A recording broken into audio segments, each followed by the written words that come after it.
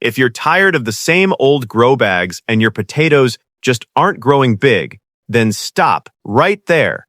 Today, I'm revealing a secret technique that will multiply your potato yield and leave you absolutely stunned.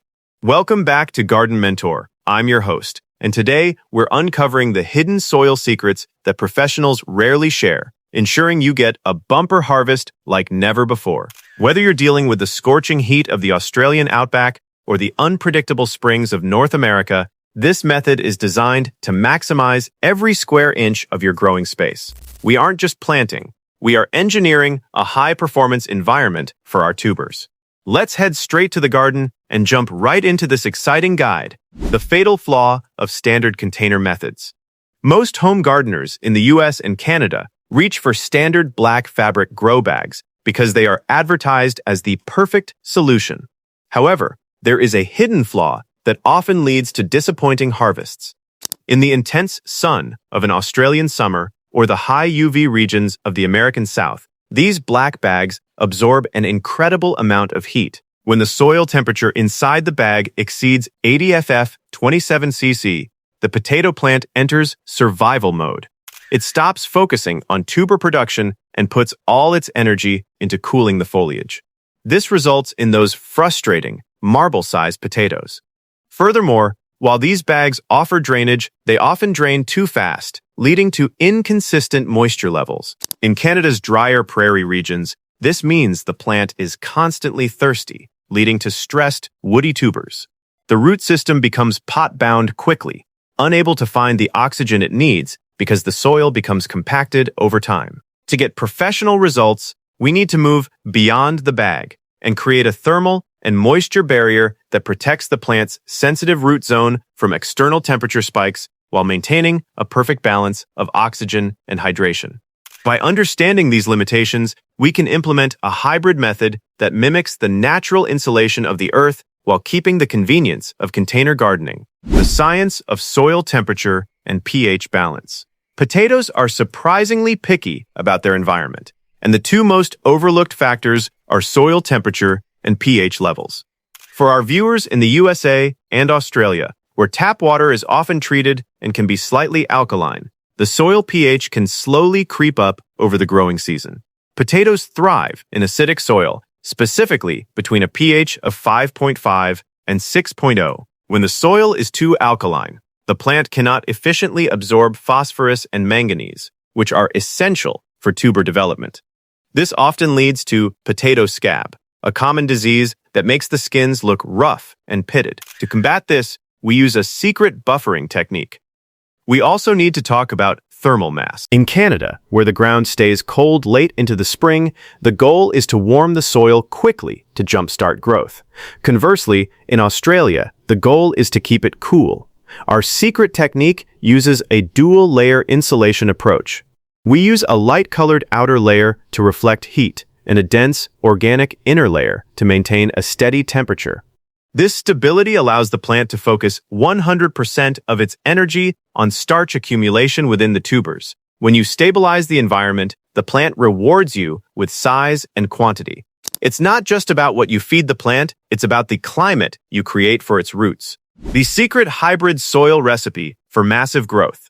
To achieve trophy-sized potatoes, you cannot use standard potting soil from a big box store.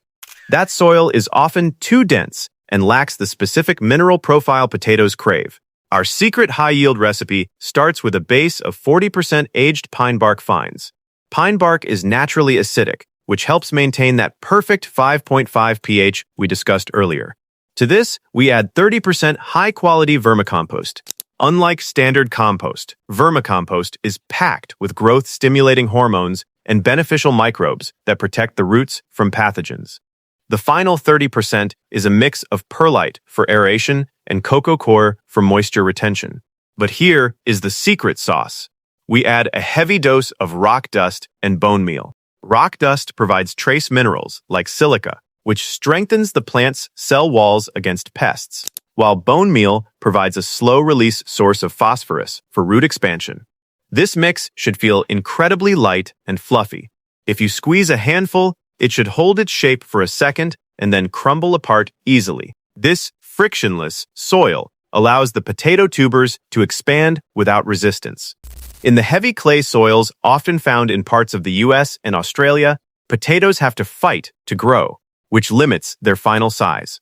With this recipe, there is no resistance, only growth, advanced seed selection, and the curing secret.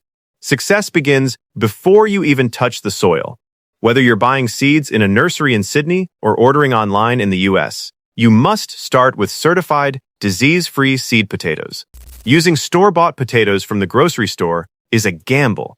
They are often treated with growth inhibitors to prevent sprouting and can carry latent viruses. Once you have your seeds, the chitting process is vital. Place your potatoes in a cool, bright spot. An egg carton works perfectly, with the eyes facing up. You want to see short, stubby, dark green or purple sprouts. If the sprouts are long, white, and spindly, they aren't getting enough light. Now, here is the secret step that many gardeners skip, the curing phase.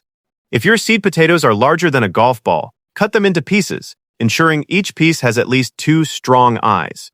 However, you must let these cut pieces sit in a dry, shaded area for at least 24 to 48 hours until the cut surface forms a thick, leathery callus. This prevents soil-borne fungi and bacteria from entering the potato once it's planted.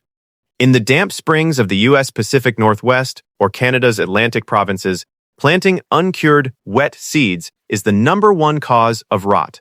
A cured seed is a protected seed, ready to hit the ground running. Progressive layering, the multi-tier technique. Instead of the traditional plant and forget method, we use progressive layering to double our yield in the same footprint. Start by placing only 6 inches of your secret soil mix at the bottom of your container or trench. Plant your chitted, cured seeds and cover them with just 2 inches of soil. As the green stems grow to about 8 to 10 inches tall, don't just hill them up with more soil. This is where the secret comes in.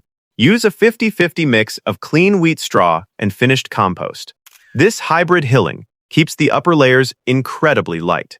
The stolons, the underground stems that actually produce the potatoes, grow out from the main stem. If the hilling material is too heavy or compacted, the stolons won't produce as many potatoes. By using the straw compost mix, you are creating a nursery for a second and even third tier of potatoes to grow higher up the stem. This technique is particularly effective for indeterminate potato varieties common in North America, like russets or certain fingerlings. You're essentially building a skyscraper of potatoes. This method also provides excellent insulation against the Canadian cold and the Australian heat, keeping the productive zone of the plant at the optimal temperature for maximum starch production. 6. Strategic nutrition and the potassium pivot. Watering and feeding are where most gardeners lose their momentum. Potatoes are heavy drinkers, but they hate being submerged. The secret is deep, consistent hydration. You want the soil to stay moist, like a wrung-out sponge. In the US and Australia, drip irrigation or soaker hoses are your best friend because they keep the water at the roots. Never water the leaves. Wet foliage in a humid US summer is a death sentence, leading to late blight that can wipe out your crop in 48 hours. Now, let's talk about the nutrition pivot. In the first 6 weeks, your plant needs nitrogen to build a large solar panel of green leaves. However, once the plant begins to flower, the secret pivot happens. This is the signal that the plant is shifting from leaf production to tuber production. At this exact moment, you must stop all high nitrogen fertilizers. If you keep giving it nitrogen, you'll get a massive bush with tiny potatoes.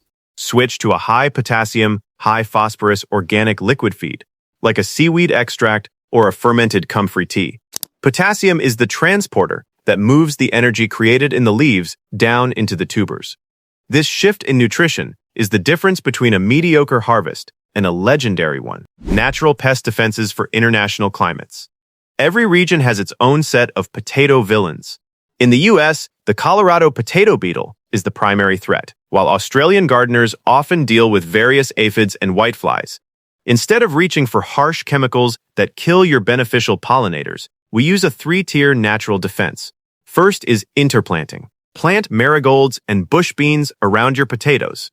Marigolds emit a scent that confuses beetles, while beans help fix nitrogen in the soil. Second is the Neem Shield. A weekly spray of organic, cold-pressed neem oil acts as a natural growth regulator for pests, stopping them from maturing and reproducing. Third is the Magnesium Boost. If you notice the lower leaves of your potato plants turning yellow while the veins stay green, you likely have a magnesium deficiency, common in the sandy soils of Western Australia and the U.S. East Coast. A simple foliar spray made of 1 tablespoon of Epsom salts, magnesium sulfate, per gallon of water can rejuvenate the plant. Magnesium is the central atom of the chlorophyll molecule. By boosting it, you increase the plant's ability to photosynthesize, which directly leads to larger, starchier potatoes. A healthy, mineral-rich plant is its own best defense against disease. The skin set secret and professional harvesting. The final secret to a professional harvest is knowing when not to dig. Many gardeners get excited as soon as the foliage starts to yellow and they start digging.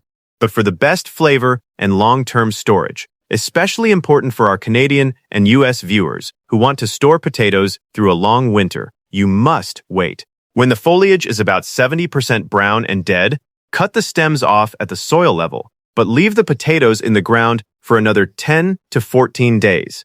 This is the curing in the soil phase. This period allows the potato skins to set and toughen up. If you dig them immediately, the skins will be silky and rub off with a thumb, making them prone to rot and bruising. After 2 weeks, use a garden fork, not a shovel, to gently lift the soil from the outside of the plant inward. This prevents stabbing your prize potatoes. Once they are out of the ground, do not wash them. Simply brush off the loose soil. Washing introduces moisture that can lead to fungal growth during store. Store them in a dark, cool, and well-ventilated place. If you follow this skin set secret, your home-grown potatoes will stay fresh and delicious for months, providing you with a high yield reward for all your hard work. Do not forget to like and subscribe for more garden secrets.